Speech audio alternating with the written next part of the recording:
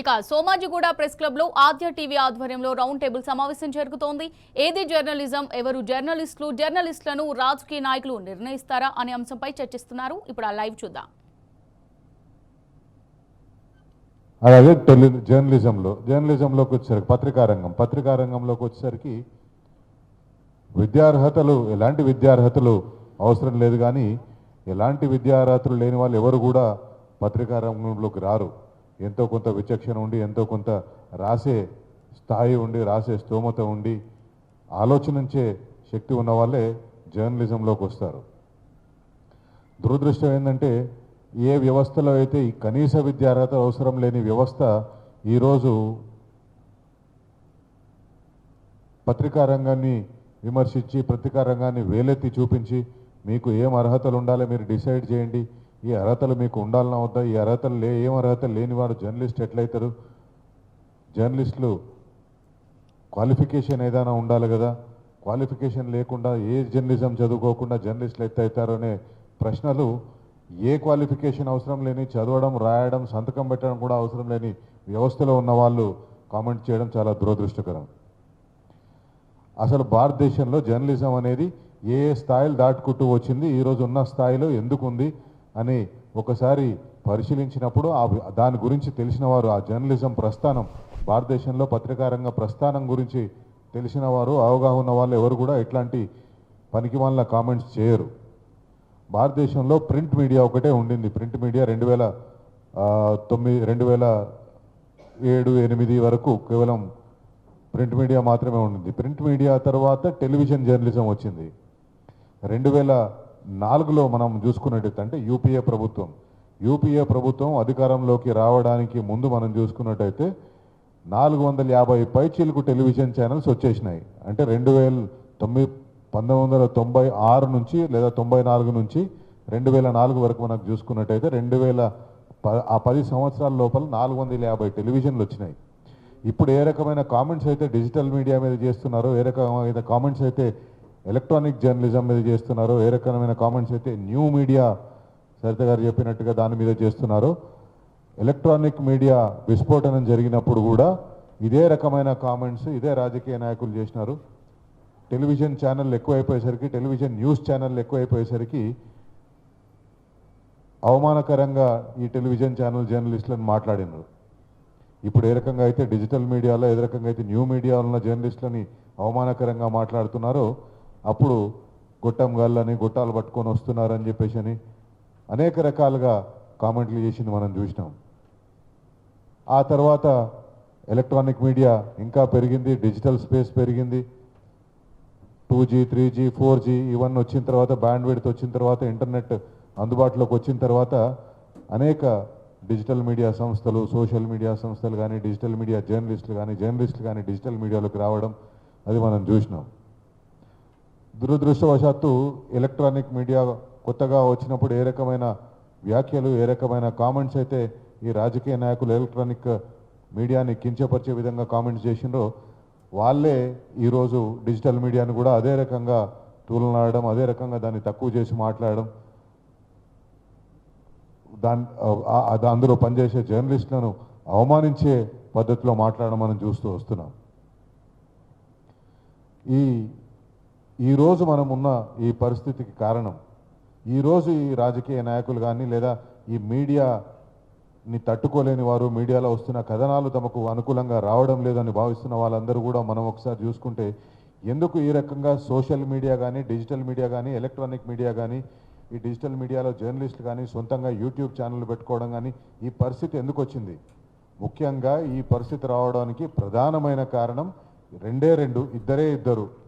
ఒకటి యూపీఏ ప్రభుత్వం, ఇంకోటి ఎన్డీఏ ప్రభుత్వం. 2004 నుంచి 2014 వరకు యూపీఏ ప్రభుత్వం అధికారంలో ఉంది.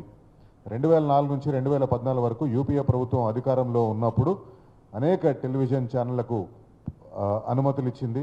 అట్లాగే పత్రికా వ్యవస్థ, పత్రికా సంస్థలు దారుణంగా తయారు కావడానికి, పత్రికా సంస్థల్లో పనిచేస్తున్న విలేకరుల పరిస్థితులు దారుణంగా మారిపోవడానికి ముఖ్యమైన కారణం ఆ 10 సంవత్సరాలు. అప్పటి వరకు ఒక 7-8 వేజ్ బోర్డ్స్ వచ్చి ఉంటాయి మనం చూసుకున్నట్టు, స్వాతంత్రం వచ్చినప్పటి నుంచి, లేదా 1956 నుంచి వేజ్ బోర్డ్స్ కాన్స్టిట్యూట్ చేసుకుంటూ వచ్చినాయి ప్రభుత్వాలు.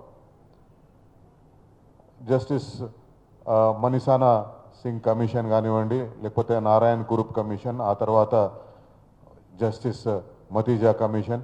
ఈ కమిషన్లు అన్నీ కూడా జర్నలిస్టుల జీతభత్యాల గురించి, జర్నలిస్టుల వర్క్ కండిషన్స్ గురించి, జర్నలిస్టులు ఏ రకంగా ఉండాలి, జర్నలిస్టులకు ఏ రకంగా ఫెసిలిటీస్ ఉండాలి అని చెప్పేసి ఈ రకంగా వీళ్ళు కమిషన్లు వేస్తే ఆ కమిషన్లో ఇచ్చిన రికమెండేషన్స్ని తుంగలో తొక్కి ఆ సంస్థల్లో పనిచేస్తున్న మీడియా పత్రికా సంస్థల్లో పనిచేస్తున్న జర్నలిస్టుల కోసం ఇచ్చిన వేజ్ రివిజన్ కానీ వాటన్నింటిని కానీ అమలు చేయకుండా ఆ కమిషన్ ఇచ్చిన రిపోర్ట్స్ అన్నింటినీ తుంగలో తొక్కి వేజ్ బోర్డ్స్ అనేది ఒక వ్యర్థం, వేజ్ బోర్డ్స్ అనేది లేకుండా చేసి జర్నలిస్టుల జీతభత్యాలు. అందుకు అప్పటి నుంచే ఎప్పుడైతే ఈ వేజ్ బోర్డ్స్ అవన్నీ కూడా మనకు రికమెండేషన్స్ ఇస్తూ పోయినావో ఆ జీతాలు వారు ఇవ్వలేక జర్నలిస్టులని కాంట్రాక్ట్ కింద కన్వర్ట్ చేసి జర్నలిస్టులని ఒక కాంట్రాక్ట్ లేబరర్గా వాళ్ళని చూసి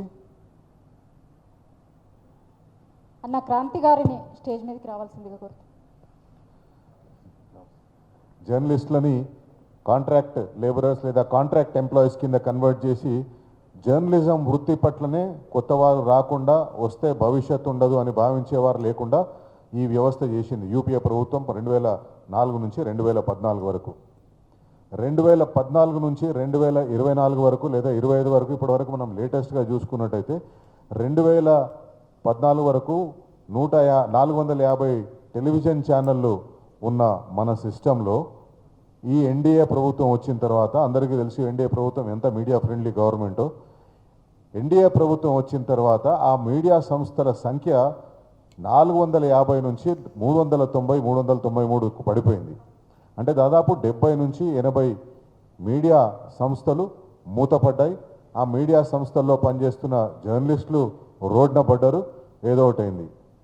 సో ఎన్డీఏ ప్రభుత్వం ఏమో వేజ్ బోర్డులను యూపీఏ ప్రభుత్వం వేజ్ బోర్డులను తుంగలో తొక్కి వేజ్ బోర్డులు లేకుండా జర్నలిస్టుల బతుకులు దయనీయంగా చేసేస్తే ఎన్డీఏ ప్రభుత్వం వచ్చిన తర్వాత వేజ్ బోర్డు పోయింది, జర్నలిస్టులు జర్నలిజం రెండు కేజ్డ్ బర్డ్స్ అయిపోయినాయి.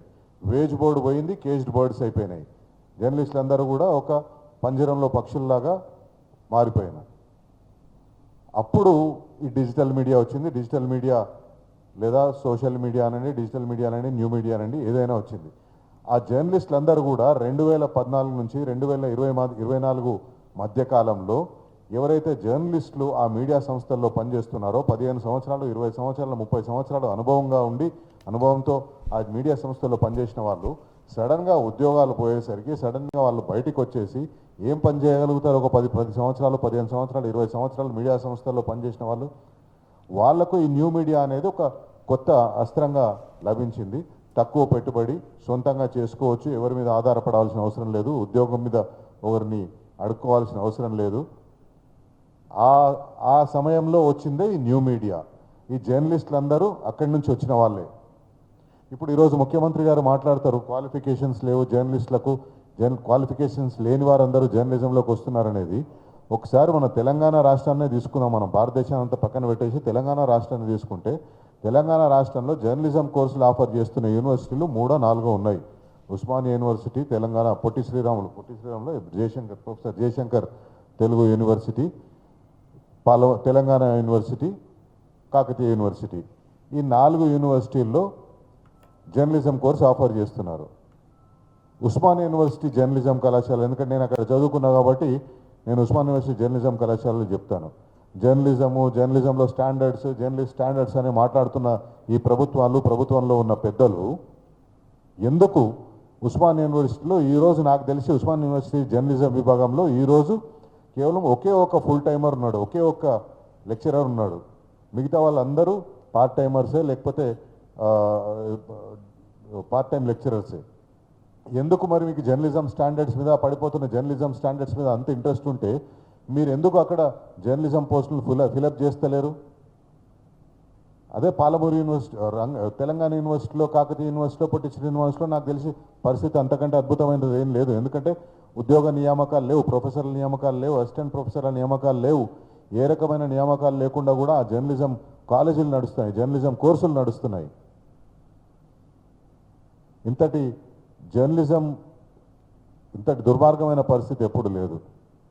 ప్రభుత్వం ఒక జర్నలిజం కాలేజీలను కానీ జర్నలిజం బోధిస్తున్న యూనివర్సిటీలను కానీ ఏ రకంగా ట్రీట్ చేస్తుంది అనేది. ఈరోజు జర్నలిస్టులకు ఐఈలు రావు, జర్నలిస్టులకు ఏబిసిడీలు రావు అని చెప్పేసి మాట్లాడుతున్న వాళ్ళు, మీరు పెట్టిన మీడియా అకాడమీ ఏం చేస్తుంది ఈరోజు?